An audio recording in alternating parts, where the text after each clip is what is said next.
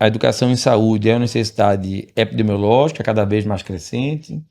A nossa sociedade vem passando por processos revolucionários que, historicamente, quando a gente for ler os livros que vão relatar essa nossa época, vai estar bem posto a nova revolução industrial tecnológica, a indústria 4.0, a inteligência artificial, o chat GPT que está em tudo.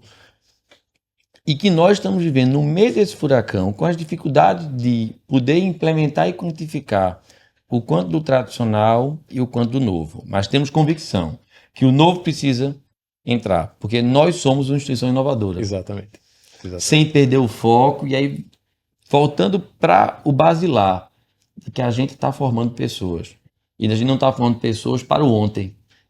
A gente está formando pessoas para o agora e principalmente para o depois. Que a gente tem uma ideia de como vai funcionar, mas que a gente não tem certeza por diversos motivos, inclusive que nós vivemos na pandemia. Um dado, assim, que é muito interessante, o meu foco de trabalho no IMIP, por exemplo, é com idosos. E uma das questões que a gente vive hoje é esse movimento crescente, né? Então nós vamos chegar à casa dos 100, nós já falamos em quarta idade há algum tempo.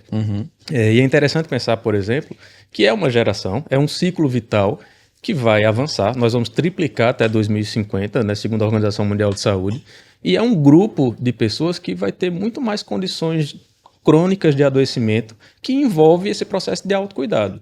Então, quando a gente tenta entender por que as pessoas estão olhando tanto para algumas coisas hoje, talvez esse seja uma das hipóteses explicativas. Porque, veja, eu tenho que cuidar melhor do meu corpo, eu tenho que comer melhor, eu tenho que fazer check-ups, eu tenho que cuidar da minha mente, eu tenho que estar bem física e emocionalmente.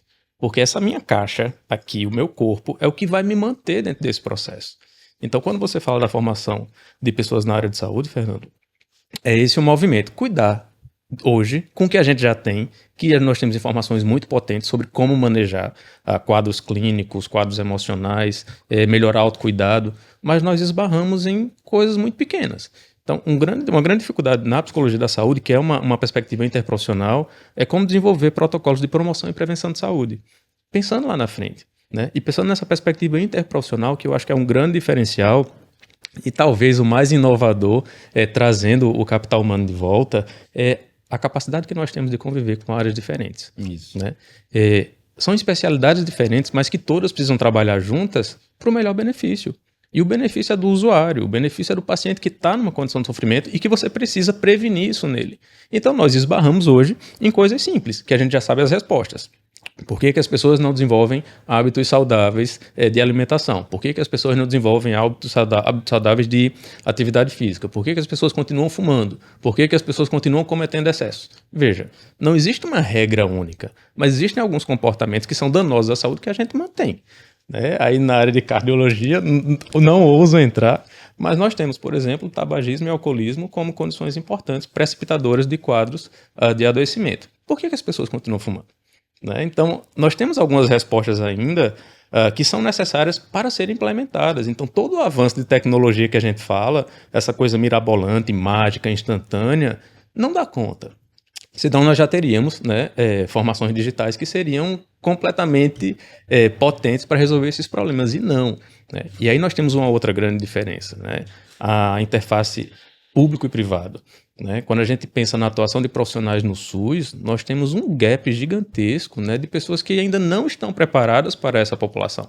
E o SUS é o lugar onde mais empregam profissionais, e de diferentes áreas, e é o lugar onde mais se atende pessoas. É o lugar onde as pessoas mais buscam suporte.